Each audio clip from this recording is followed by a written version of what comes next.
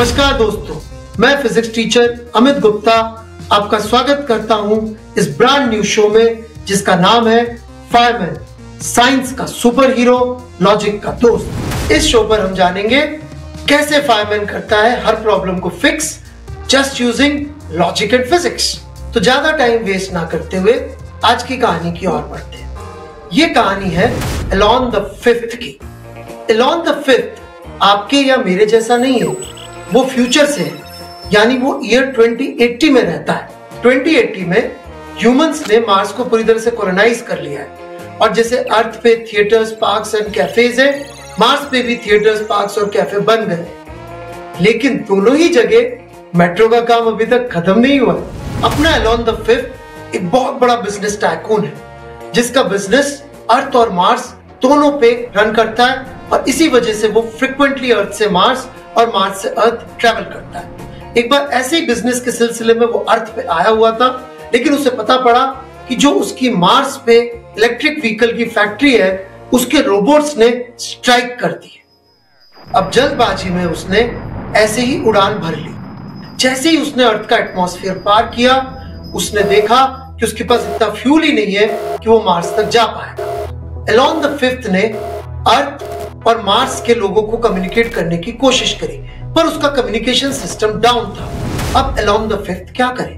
न तो वो अपने स्पेसशिप से उतर के उसे धक्का मार सकता है, न बीच में कोई फ्यूल स्टेशन है जहां पे जाके वो फ्यूल भरवा सकता है। तो अब बेचारा एलॉन द फिफ्थ क्या करेगा? वो मार्स तक कैसे पहुंचेगा? क्या कोई है जो उसे बचा सकता है? अगर साइंस में हो डाउट तो fireman will sort it out.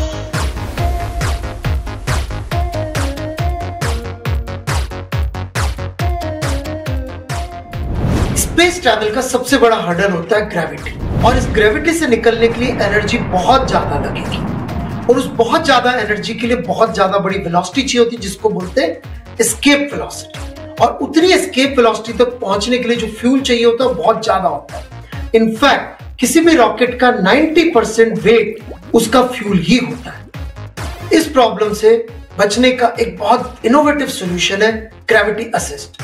Gravity assist एक ऐसी टेक्निक है जिससे एक रॉकेट अपना फ्यूल खर्च करे बिना अपनी डायरेक्शन और स्पीड दोनों चेंज कर सकता है। इनफैक्ट अपनी स्पीड कई गुना बढ़ा सकता है। इसी टेक्निक को यूज करके इंडिया ने अपना सबसे पहला मार्स मिशन सक्सेसफुली कंप्लीट किया था।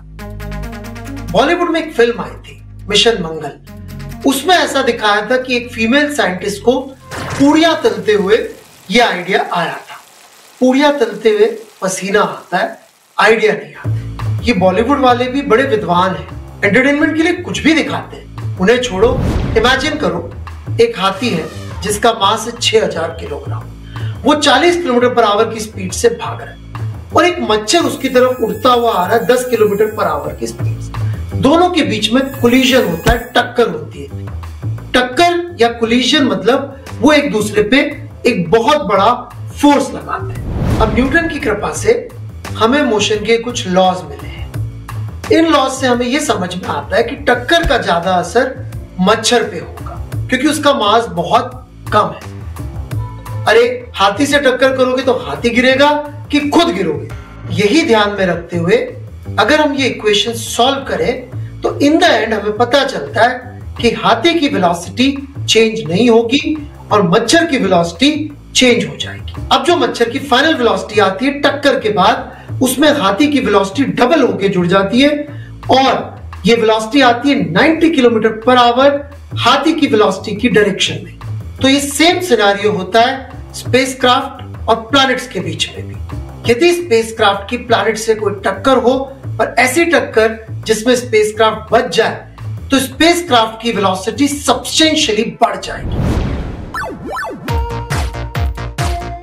उसमें प्लैनेट या मून की स्पीड डबल होके ऐड हो जाएगी। जितनी जोर से एलॉन द फिफ्थ का स्पेसक्राफ्ट मून को अप्रोच करेगा, उससे कहीं ज्यादा स्पीड से मून उसको अपने से दूर फेंक देगा और वो स्पीड सफिशिएंट होगी कि एलॉन द फिफ्थ मार्स तक पहुंच जाए।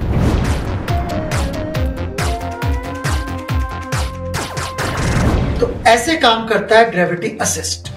इसे स्लिंगशॉट इफेक्ट भी कहते हैं। ग्रेविटी असिस्ट टेक्निक पहली बार रशिया ने 1950 में यूज की थी।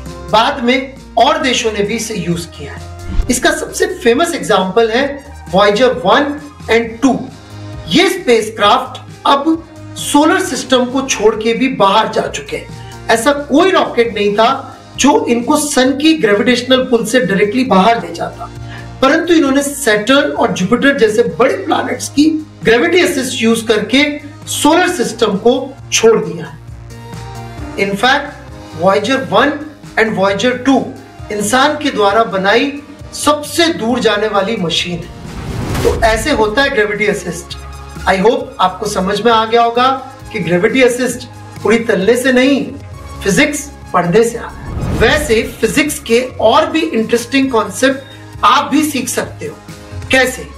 अटेंड कीजिए मेरे लाइव बैचेस और स्पेशल क्लासेस अनअकैडमी के ऐप में। यूज माय कोड AGNUC, इससे आपको मिलेगा डिस्काउंट और ढेर सारा नॉलेज, तो वो चेकआउट करना ना भूलें।